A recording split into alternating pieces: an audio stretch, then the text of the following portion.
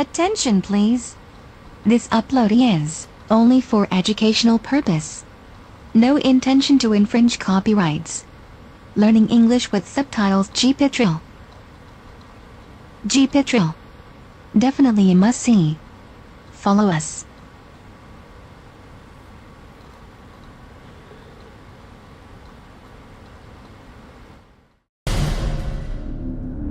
Monsters and mysteries. Viewer discretion is advised. When I fell through the flathead, I had a feeling that not only could I drown, but that I may be eaten by the Flathead Lake monster. They got closer and closer, and when they were ready to grab him, turned into a wolf. The spirit of that Native American who turned into a wolf is there in the Portland Underground. And a Monsters and Mysteries exclusive. The whole event, everything about it was a life-changing moment. I shot Bigfoot. You could have that one definitive piece of evidence that could help get the species verified. For the first time ever, flesh and blood remains of what appears to be a Bigfoot. A groundbreaking DNA study is underway. One of the biggest things, if not the biggest thing, that's happened in the Sasquatch world to date. This program includes dramatic reenactments based on real eyewitness accounts and contains material which is intended for mature audiences. The Pacific Northwest. One of the last places in the continental U.S. to be explored. It's a region drenched in rain, more than anywhere else in America, producing some of the densest forests. A good place for something to hide. Caption: Sasquatch. Patricia Smith. You can't really even see 12 feet deep into some of these woods. It's so deep and impenetrable depending on the time of year. People that fly over the Pacific Northwest are generally just impressed with how vast the forests are out here. It's a place where people can have an imagination and think about what could be out there because it is so dark, thick, and luscious. There are pockets of the Pacific Northwest that remain out of time, wild and untamed. Perhaps that makes it the perfect home for an elusive creature known as Sasquatch. It is a real thing. It's a flesh and blood biological being that exists and it's out there. It's been part of the family story, since I was born. A lot of kids have the boogeyman under the bed. I had Bigfoot. When I go on night hikes, I feel more vulnerable, and I feel more like Sasquatch is watching me because it's dark and I can't see my surroundings, and I feel like he could easily be watching me. Sasquatch, Bigfoot, Yeti, interchangeable terms for the giant, hairy humanoid said to stalk these woods. Stories of the giant ones may have begun among Native Americans.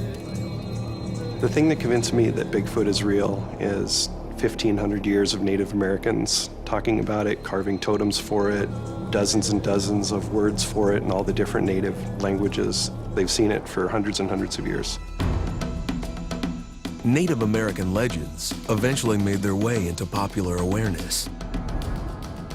Then, in 1958, at a construction site in Bluff Creek, California, bulldozer operator Jerry Crew found an enormous footprint. After that, the elusive track maker was a media sensation. Despite years of cheap stunts and gorilla suits, the public's interest has only grown.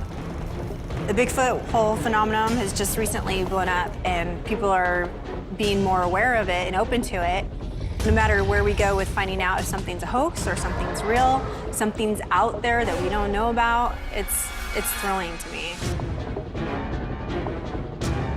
And then there are some who never gave Bigfoot a thought until they came face to face.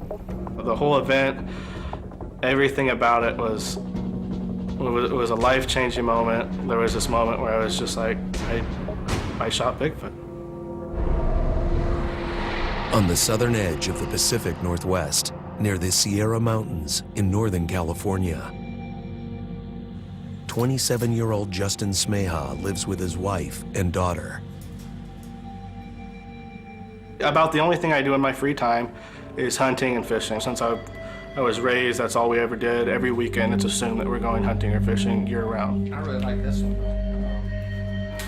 I've taken Justin hunting since he was in diapers. I would put him on a backpack and I would get a firearm and we'd just hike through the woods and we'd go exploring. And as soon as he got his license, I took him out. He got to shoot his first turkey. Justin was always serious. He was always locked on to when are we going hunting and fishing next. When it came to Bigfoot or Sasquatch growing up, I just never heard anybody talk about it like it's a real thing. I really knew nothing about it.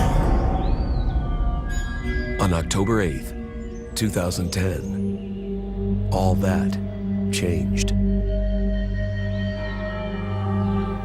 It was 65 degrees up there, relatively nice for the Sierras at about 7,000 feet. Me and a buddy were out bear hunting. There was about an hour and a half left of sunlight. We came into the clearing where the meadow is, and both of us kind of looked over. We saw movement. Stop, stop, stop! And I saw this creature standing there about 80 yards away.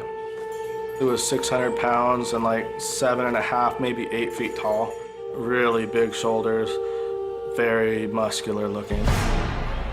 The only thing that I ever said in my head was, this is a monster. This is something that shouldn't be here. This is a nightmare. This is different. This is unreal. Justin loads his rifle, then leans out of the window, aiming the gun. Hey, Justin, I don't think that's definitely not a bear. It was approaching us slowly. It took maybe 2 or 3 steps. At that point, I had already actually chambered my rifle. My buddy's starting to panic. Dude, don't shoot! Don't shoot! And at that point, I was looking at it and I was thinking, this is not supposed to be here. This thing needs to die. I jerked the trigger a little bit and shot. The animal went down. Got it! It started trying to get up, so I rechambered. It was staggering away, sometimes on 2 legs, sometimes on all 4s. It was just getting out of eyesight. I take my eye out of the scope and I look over and there's 2 smaller ones.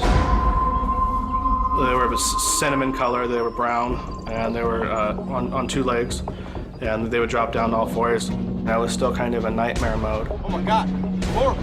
And I was thinking, this is crazy. Then it became even more frightening. And then we're thinking, well, are they going to come and bite us? Are they going to come and attack us? Should we be afraid right now? Go. Justin and his buddy jumped out of the car, hoping to find the creatures. The 2 men run through the dense foliage.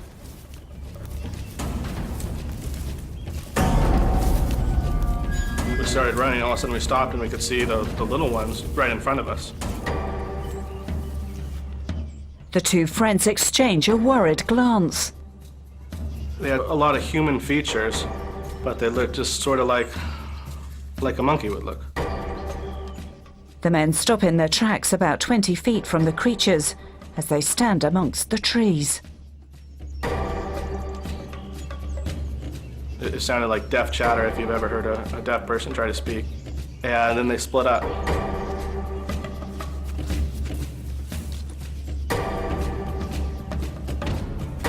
For the next 15 minutes, Justin and his buddy ran through the woods, searching. Suddenly, Justin found himself alone, staring at one of the juveniles.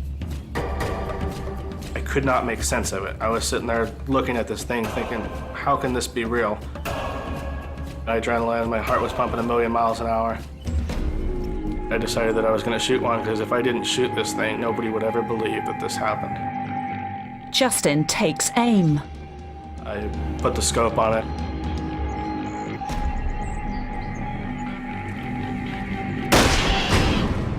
I shot it right in the middle of the neck. I picked up the little one. It was starting to choke to death. It was just in the last moments of its life. When I got close to it, it seemed to have a lot of really human features. The hair was really thin, and it had white in its eyes, and it was just sitting there looking at me. And I was sitting there holding it, looking at it, and I was like, you know, I messed up. I messed up.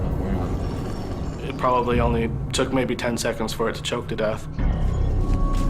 Right about that time, my buddy comes up the hill, and he was kind of thinking the same thing I was, that this was just too human. This was, what we did was wrong. I felt so ashamed. Fearing the game warden was heading their way, they panicked and decided to bury the creature. I went to the thickest brush I could find and started just put it in and started grabbing stuff, throwing it on top of it, whatever we could find, stumps, trees, brush, rocks. On the 2.5-hour drive home, never said a word to each other. It was really just nothing but shame. It was just, I knew that I had messed up. I felt an extreme amount of guilt. They didn't mean us any harm. At one point, it just hit me that I realized that I had shot not one, but 2 Bigfoots, and it was life-changing.